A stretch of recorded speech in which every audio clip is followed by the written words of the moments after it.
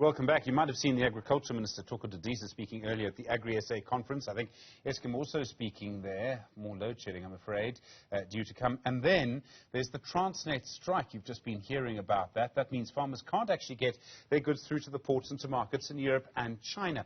Andile Sihlobo is the Chief Economist at the Agricultural Business Chamber of South Africa. Andile, good afternoon to you, and thank you for your time. Look, it's been a difficult couple of years for everybody, but for farmers, it's been very difficult. You've got Eskom, you've got transport, you had the lack of demand for chicken wings and other things during the pandemic.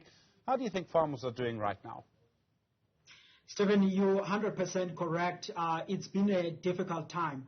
But I think in South Africa, though, Stephen, we can start on a positive footing and say, looking at 2020 and 2021, many businesses were shut down during those COVID times. And we were fortunate in the food industry to be one of the essential services.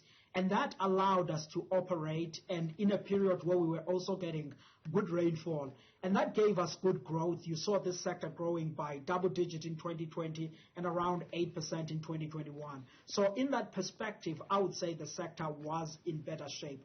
But Stephen, to the point that you are alluding to, we're also in an environment of rising input costs, rising fertilizer, rising fuel, and some of these domestic issues that you're talking about, which I think they're taking away all of that lunch of the good growth that I was talking about.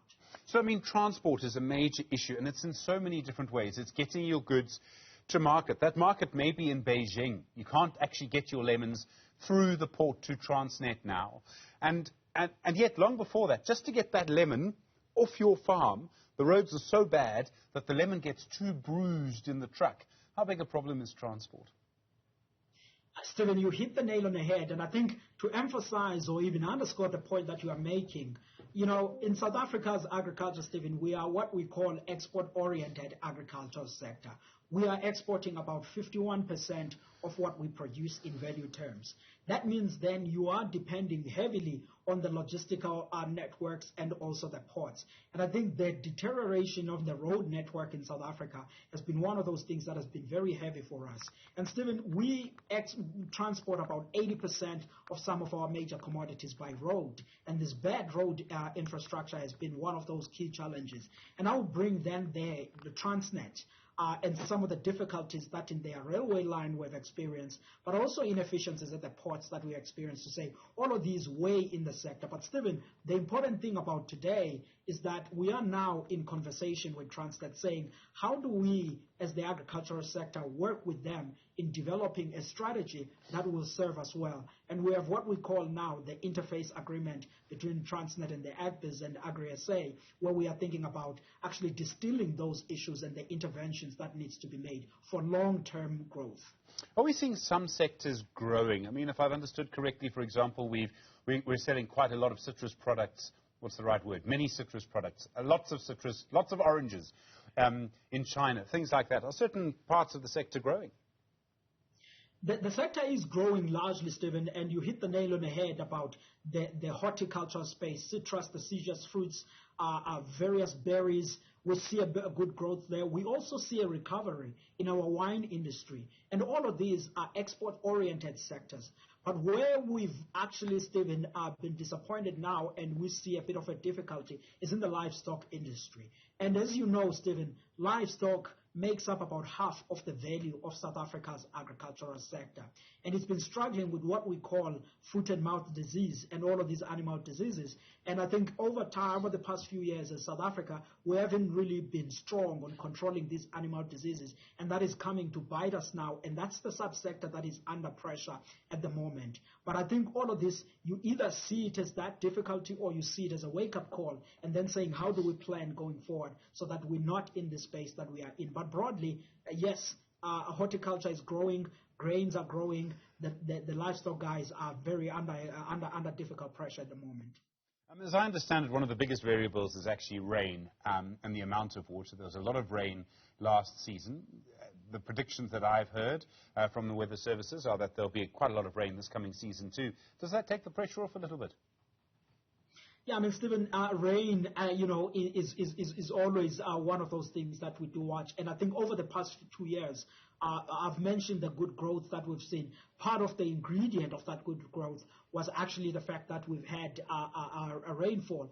But the last season, we actually had more rain than what we bargained for, to the extent that some areas had to replant, particularly in central South Africa and northwest provinces of South Africa. So there was a bit of crop damage that was there. And that was at a difficult period when fertilizer prices are also high, seed prices are high, fuel prices are high, and then farmers had to replant that. But I would still, Stephen, stick with the old saying to say rain does more good than bad.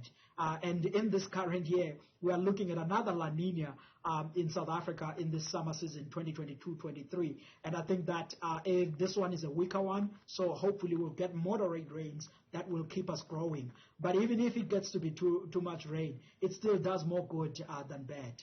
It was National Farmers' Day yesterday, Andile. I'm sure you celebrated. Are you worried? I mean, if you look at our farmers, some of them are sort of getting on a little bit. Around the world, you will see that the children of farmers often leave the land and they go to the cities.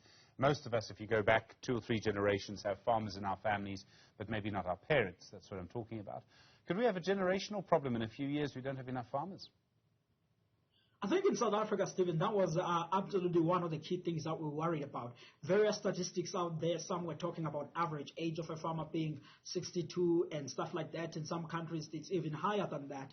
But I think what is important now is that we see a change in sentiment in South Africa. If you just social media, Twitter and others, you see lots of young people that are gaining interest in agriculture. And I think what has made that change is the fact that people no longer see agriculture as just a social space but it's being seen as a business. Agriculture is a serious business where people can come in, and they don't only need to be in farming, they can be around services sector, in agro-processing and all of those things. So I'm hopeful that young people will continue to see opportunities in this space and find exciting space opportunities so that we don't really face a generational crisis. And I would say certainly in South Africa, there are lips of evidence of that across the space that young people are responding positively. Andile Sihlobo, as always, thanks very much indeed, Chief Economist at the Agricultural Business Chamber.